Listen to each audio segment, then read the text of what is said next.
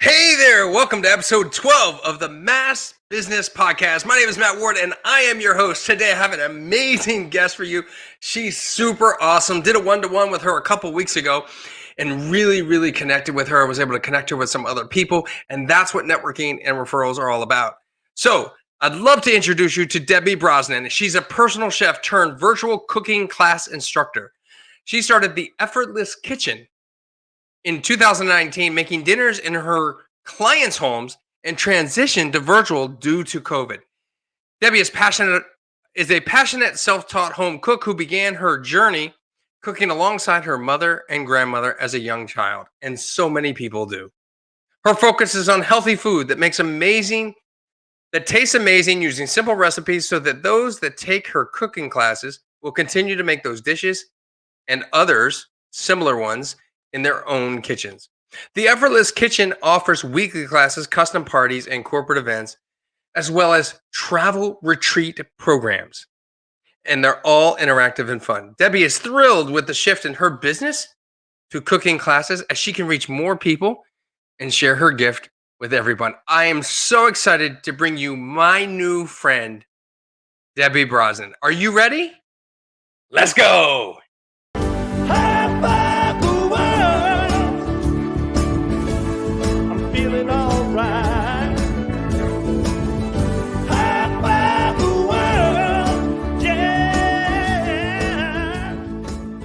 Welcome to the Mass Business Podcast, where small business owners, also known as risk takers, share their stories about the growth of their business and themselves.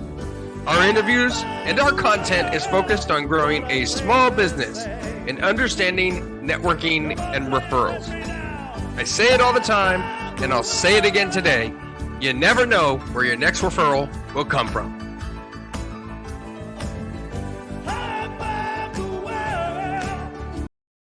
Hey, and we're here, episode 12. So thankful to have you listening on your favorite podcast platform or watching us on YouTube. Welcome to the show, Debbie. Thank you, Matt. I love that intro. That was great. Love Isn't it great? That is a custom song. The music is written by my good friend Kelta Kelly. He's an Edward Jones financial advisor, but Berkeley-trained musician out of Boston. And he was lucky enough to open twice for Darius Rucker at Gillette Stadium.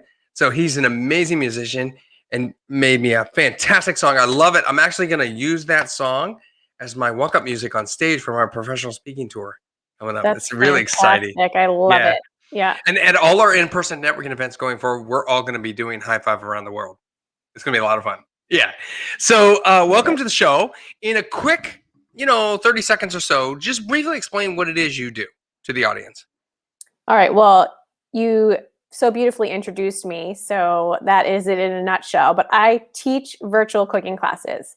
My goal is to teach people how to cook in their own kitchens, inspire them to make new food that's healthy and delicious and in a simple way so that they will repeat it again and again and eat a little bit less takeout and pick and choose their own ingredients for their recipes and know what's in their food.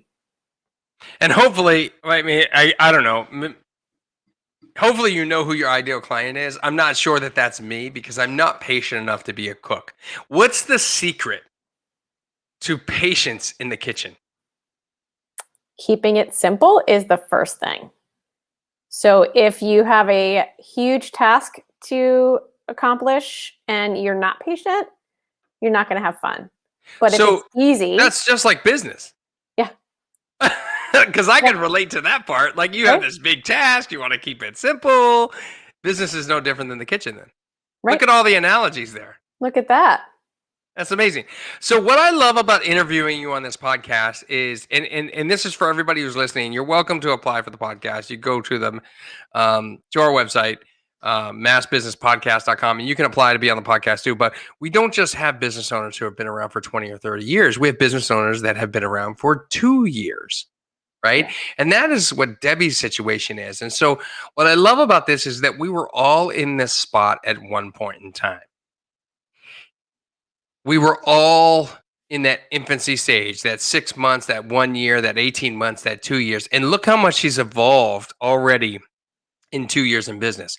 And she was throwing a huge curveball in 2020 with the COVID that really changed the game.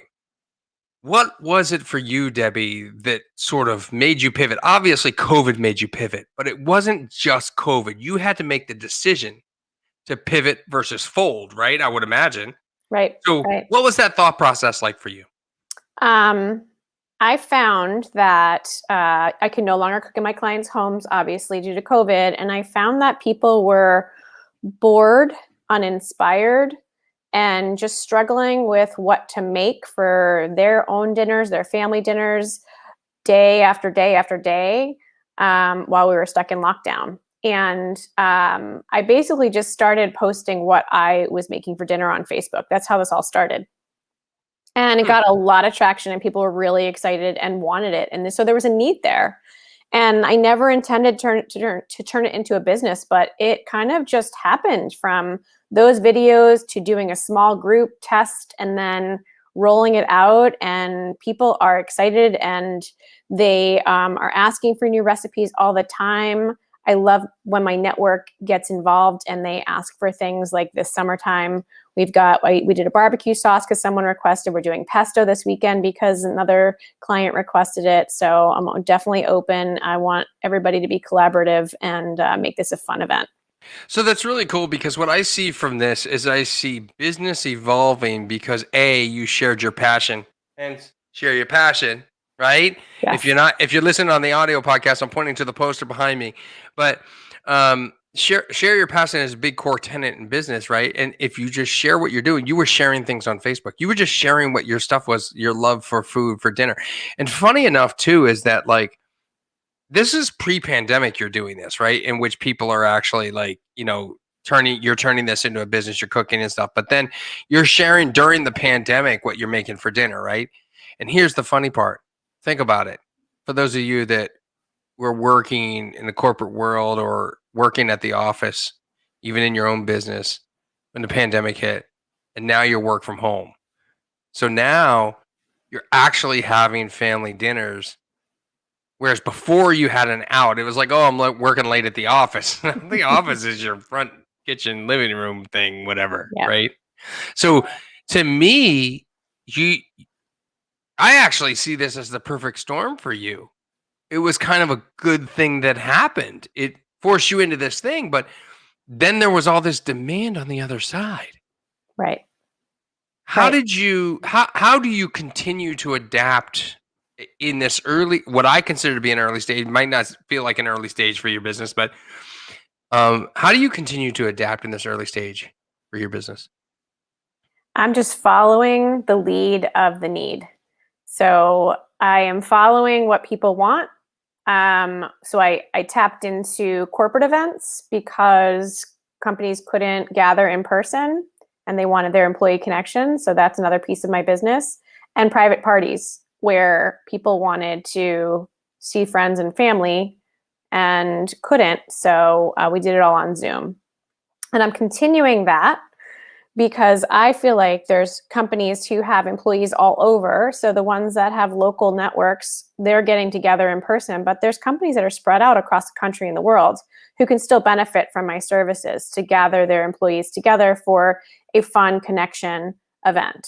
Absolutely genius. Follow the lead of the need. I'm going And to trademark that. Can I do that? yeah, it's not mine, it's yours. You said it, not me. Debbie Brosnan. Not Pierce Brosnan for those paying attention. Debbie No. Brosnan. So here's the thing, like, and there's a need, and we don't need 2,000 customers. We need to know who our customers are. So something that you mentioned was healthy eating, right? So Yes. those people that know me know I'm a big fan of pizza, Dunkin' Donuts coffee, mac and cheese, but more so bacon. It's not exactly completely healthy. I get it. Pesto sounds good. Now, I'm going to just publicly state this right here. You do a pizza cooking class, whatever, I'm in. Like, I'm in. But it can't have broccoli on it. No broccoli. And that can't be foofy pizza. No foofy pizza. No goat cheese, right?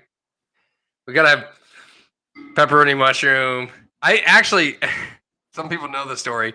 There's a pizza place near my house in Templeton, Mass. That has a Big Mac pizza. That sounds delicious. It is. You can't eat it every day though. You'll die. Right. But Yeah. it's super good treat. So, um, this is important because knowing your market is an important part of growing a small business. What made you dial in on the healthy side? What tied you into that? Where did that come from? It's just how I personally like to eat. Not that I don't like to indulge, and not Mhm. that I don't have classes that have. We did a fettuccine bolognese class for my birthday class. Like that's indulgent. So we have a balance Mhm. of indulgent classes and not. But in classes where we're making something that is more indulgent, I always kind of scale it. So if you wanted to make yours with ground beef, you can. I'm making mine with ground turkey. That's how I make it a Mm. little bit healthier. The beauty of it being virtual, you do what you want in your own kitchen. So, Matt, if we were making pizza and I put broccoli on mine, you can put pepperoni on yours. There's no rules. But if you put broccoli on yours, I might just might just disconnect. I don't know. It's broccoli, You don't right? have to eat it. I'm eating Yeah, it. that's true. That's true.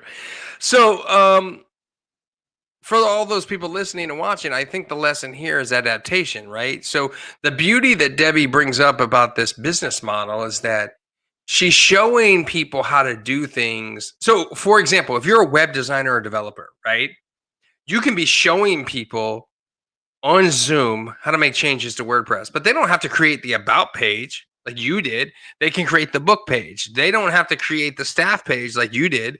They can create the contact page. They don't have to write a blog about what you wrote about. They can write a blog about what they want to write about. The point is, you're showing them how to do it, right? And they can put broccoli on the website, and perhaps you can put pepperoni and mushroom on yours. Hmm. So It's all it's adaptable. adaptation. You're right. Hmm. It's adaptation. Now, as you've gotten into this business world, tell me one thing that you didn't know when you started that you know Oh now. my God, the one thing. Well, just pick one. Um, I'm sure there's 100, right? We all had 100. Well, speaking of websites, I like to say I'm not very computer literate. I Hmm. try. So I hired somebody to help me with my website, and it came out amazing and Hmm. beautiful. Never could have done it on my own. But when it comes to blog posting, she's not going to be posting my blog for me. Hmm. So she taught me how to get on Yeah. there and post my blog. I mean, I wasn't even writing blogs before I had this business. So like Yeah. I would say everything is new. I was part of a direct sales company prior to this, Hmm. and I was running my own business, but being supported by the company. Hmm. Now I'm running my own business for real, and I have to wear all the hats and do all of the things. So um, Hmm. the other thing I learned is, yes, my husband can do my books. We're both CPAs. I Oh, like to say okay. I'm a recovering CPA. Yeah. He is taken on that task, so I can also outsource. There you go. Yeah, So, what one thing um, frustrates you about being in business?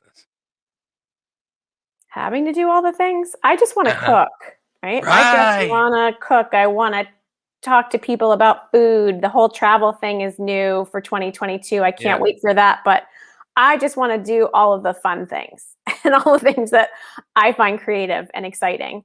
And I would say probably marketing is Yeah. the most challenging. And is that because it doesn't work? Um, what Because works most people, when, I think is the yeah, question, right? what works when, right? Most people I talk to, they struggle with the marketing stuff because they struggle to understand exactly what you just said. What works when, what's converting, what's not converting, where the dollar's going, what's most effective, Hmm. and they get frustrated because they put dollars towards something, they don't see immediate results, and sometimes these things take a long time.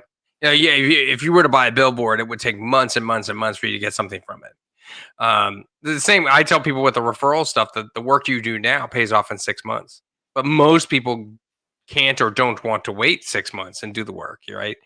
And so we try to go for the pay per click or the Facebook ads or the other marketing related things. It's interesting that have you ever used Every Door Direct Mail? No. So Every Door Direct Mail, for those of you who don't know, its acronym is EDDM. It's run by the Postal Service, and you print a large size postcard, like very large, And it's the thing that everybody uses to advertise to you at your home, right?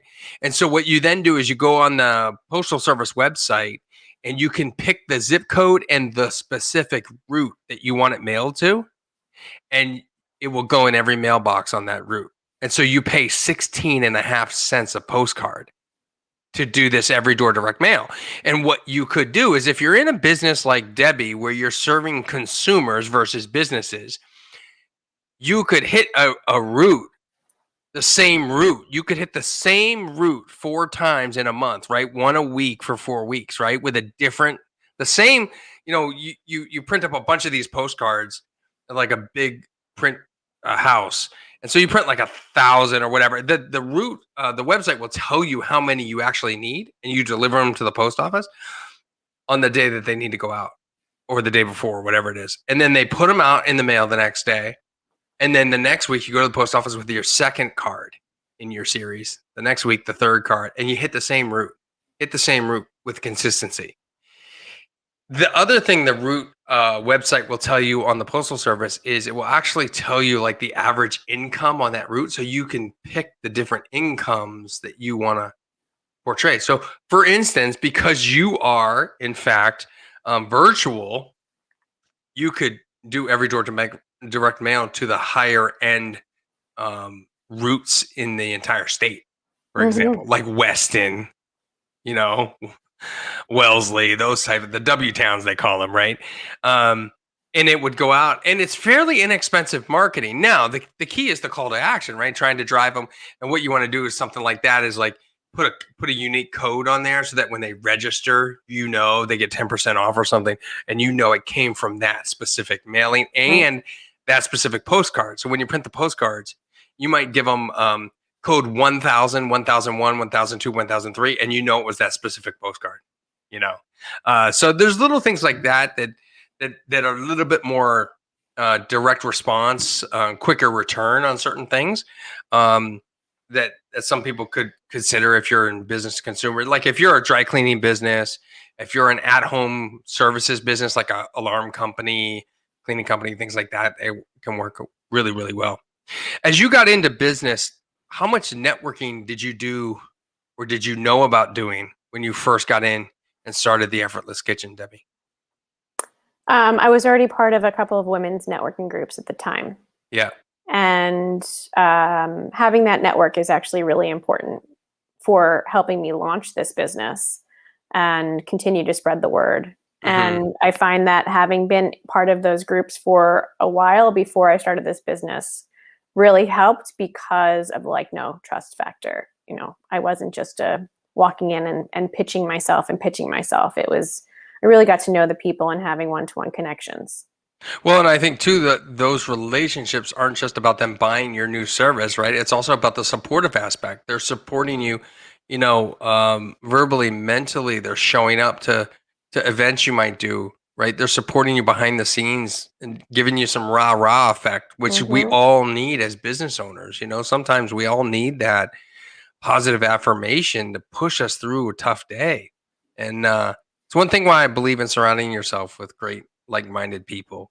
And it's all about, as I wrote in my new book, it's all about the high five effect, doing business with people that bring you joy. If they can make you smile, that's what this is all about. It can't always be about the money. Look what you're like, if I could do anything, I would do sales. No, that was not your answer. If I could do anything, it would be, I would just cook. I would show people how to cook, because that's what brings you joy. And I love that about it. Talk to me about learning new business stuff and the scaling of the business, not just learning new recipes or other things or technology around that, but talk to me about learning how to run a business. So I find that going to the networking groups, there's always a speaker. And a lot of times the speaker is really helpful for a new business in terms of how to market, who's your ideal client, how do you figure out ideal client, how to write your copy, what to post and when to post. There's so much education in that. And I have notebooks full of notes, and I find the biggest challenge is the implementation. Yeah. So so time is an issue? Time is always an issue. And the time suck of social media is an issue. Yeah. So I have to set a timer for myself and time block and that sort of thing. So what is time blocking? Tell the audience what time blocking is. Time blocking is taking I have a planner that has the day broken down in 30-minute increments, actually, and just marking down what I'm doing in each hour to half hour time block, so that I know at 1:30 today, I was getting on this podcast. And on other days, it could be, I'm going to sit down, I'm going to check and respond to emails for 30 minutes at noon and that sort of thing. Mm-hmm. What do you think, we're all small businesses. I define a small business not like the government. The government says if you're $250 million or less, you're a small business. I'm like, whatever. That was like when the whole PPP thing came out and all these quote unquote small businesses got all these loans and they were not small businesses. Yeah. So as a micro business, a solopreneur business, or somebody with less than 5 employees, what do you think, your biggest challenge in business is and moving to the next level? How to scale, right? How am I growing the business? Am I existing as I am now, or what's the next step? And part of the travel piece is adding on a new element. It's going to capture my current network of people, but it's also going to bring in new people. And so that's going to bring in new people for the travel, but then those might transition to the classes as well. Yeah, so folks, I alluded to that in the intro, that the travel that Debbie is referring to is this retreat cooking experience that is going to Napa in 2022 and also to Italy. And so these are experiential travel related events where you get experiential hands-on learning on how to cook in these amazing places. So definitely, if you want to experience what that travel, cooking experience is all going to be about, make sure you look Debbie up. We'll have all her contact information in the show notes for sure. Scaling is an interesting angle because I put it on my poster as well. It scales slowly, right? It's really scale so slowly and thoughtfully, right? How do we do that? Because in your business right now, you're the face, you're the chef, you're the cook, you're the person doing the training. You're also, I'm imagining the behind the scenes, like I was there almost. You're the tech person. You're also the marketing person. You're the person that managed the bookings and the credit cards and the payments. And maybe you have your husband do the CPA bookwork, but that's sort of way down the road. So you have to decide as a small business what you really want. Is it going to be you with a team of other chefs? Is it going to be you with just some tech people and marketing people, right? Because also too, for those people listening, this matters greatly if you ever want to sell your business, right? Because if you are the face of the business, it's much harder to sell, much harder to sell. If you are not the face of the business, then anybody can come in and run the business and continue to grow the business, and it makes it a sellable business.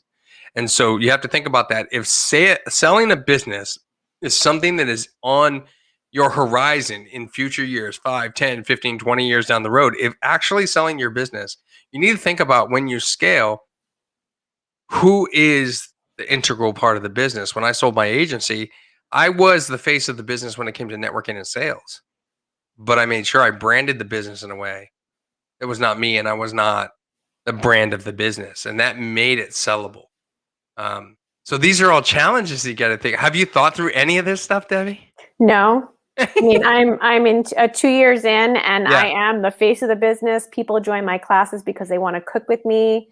People are going to travel with me in 2022 because of me, not necessarily, there's a million culinary experiences out there. Why choose mine? It's because they want to travel with me and experience what I'm experiencing. And those are also, don't scare off the audience. They're not necessarily cooking related. We will do one cooking class, but it's really about eating. Oh, it's about eating and drinking. Oh, you had me at eating. Yeah. Exactly. That's why it's like I have my network, but I think I'm going to be bringing in people from, outside of my network for the travel piece, because I like to experience. a culture based on their food and their food culture. So when I travel, I like to eat, and I don't like to eat at like the known places. I want to go to the mom and pop back wall, like little places that You know what? That's no one knows exactly what about. I do when I go to Vegas. When I'm in Vegas, if I go for a week, I eat at one strip restaurant that's on the Las Vegas Strip because it's generally overpriced, but it's usually a celebrity chef.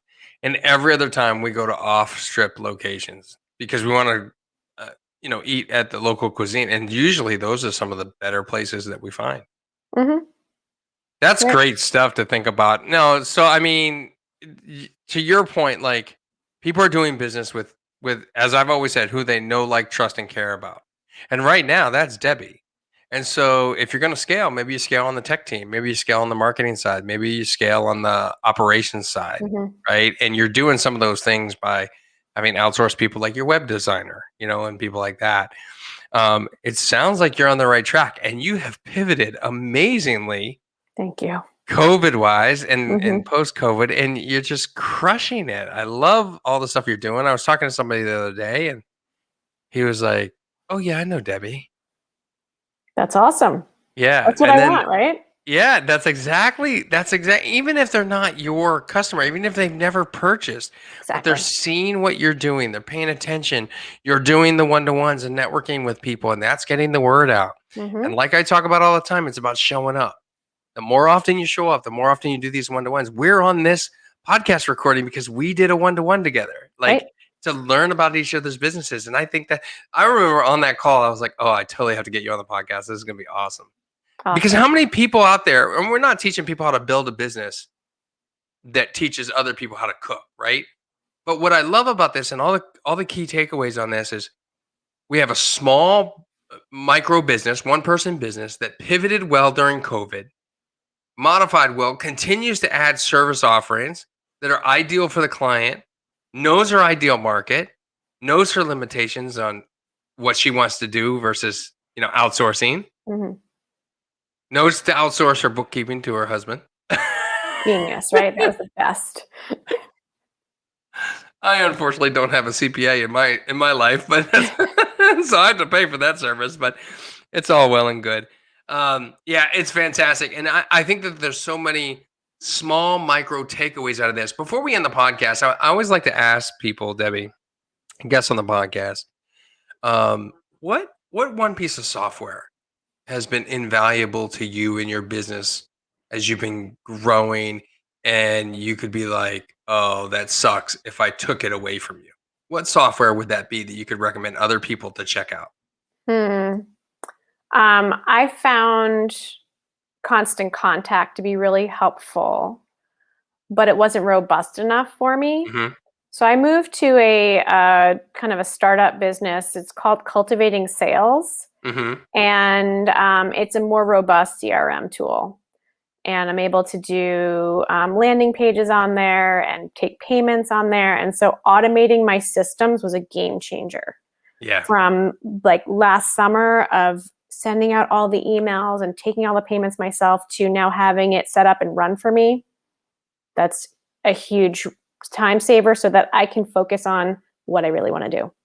And So that's that's called plan menus. Cultivate Sales? Cultivating Sales Cultivating Sales. Pro. Yeah. Okay, yeah, we'll put it in the show notes and make sure that that's in there when we release the podcast. That's exciting. My one of my favorite go-tos is Bomb Video Email Marketing.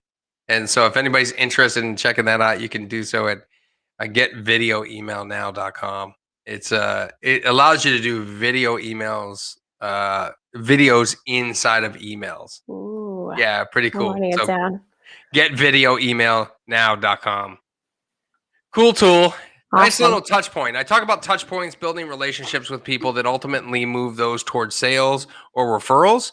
And video email is one of those things. Messenger on Facebook, LinkedIn Messenger, text message, email, all these different ways we connect with other people. If we vary it up and switch it up, keep people on their toes, they're going to see us in all these different places. It's super cool, like the podcast. So if you're seeing Debbie on the podcast, make sure you like and share it. Send her a message and say, "Hey, Debbie, great podcast. I saw you on YouTube because I subscribed to the Mass Business Podcast." Everybody should subscribe to the Mass Business Podcast. That's right. There you Right? go. We're gonna have to edit that piece out and put it up on Facebook. Yeah. Well, thanks for joining us. There's so many tidbits in here that I hope some of you listening will understand and see that anybody can grow a business. It's about intentionality. It's about flexibility. It's about pivoting. It's about paying attention to what you're good at and who your ideal market is. There's so much to learn from this podcast. If you didn't catch it all, make sure you rewind with the rewind button. Don't forget to subscribe on all your great podcast app platforms and our YouTube channel. And Debbie, if somebody wants to reach out to you because they want to go to Italy or they want to go to Napa or they just want to watch a cooking class online, how do they find you and get in touch? So my website is theeffortlesskitchen.com. And I'm also on Instagram, which is where I post a lot of food photos. So if you love that, follow me on The Effortless Kitchen by Debbie. And then if you just want to email me the old way, Debbie@theeffortlesskitchen.com works. And it's DEBBI, folks, on the audio side of the podcast. DEBBIE. IE. Yes. DEBBIE, not the Y. No. Thank you. So there it is. We'll have all the information in the show notes. And thanks for joining us again. Look, people, you can get a lot of information from these podcasts on a daily basis. We are a daily podcast Monday through Friday, every business day of the week. We hope that you'll check us out next time. That's it for episode 12. Until next time, don't forget to live happy, smile a lot, and high five everyone around you. Love that. I'm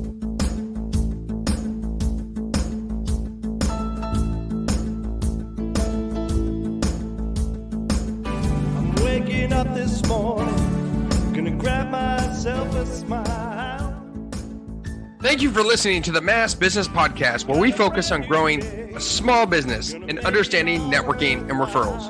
Don't forget to like on your favorite platform and share out this podcast. This show has been produced by Heather Grant, music by Celtic Kelly, all rights reserved. I'm your host, professional speaker, author, and word-of-mouth referral consultant, Matt Ward. Don't forget to live happy, smile a lot, and high five everyone around you. Feeling alright. High five the world. Yeah, yeah, yeah. High five the world. Make a difference today. High five the world. What a thing to say. Do you feel what I'm telling you?